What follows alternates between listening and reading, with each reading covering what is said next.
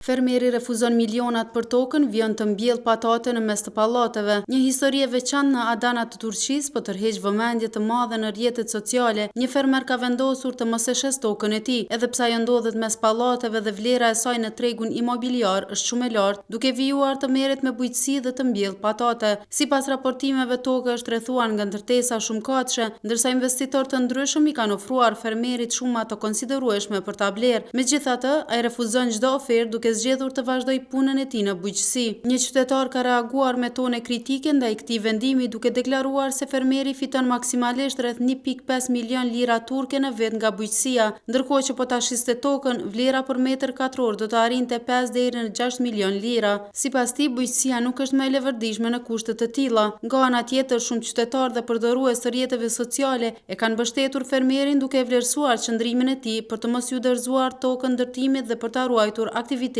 bujqësor. Historia e tij është kthyer në simbol të qëndresës ndaj betonizimit dhe të dashurisë për profesionin, ndërsa komente në rrjete theksojnë se nëse shumë njerëz do të qëndronin besnik punës së tyre dhe do ta mbronin atë me kaq shumë përkushtim, edhe ekonomia do të ishte në gjendje edhe më të mirë.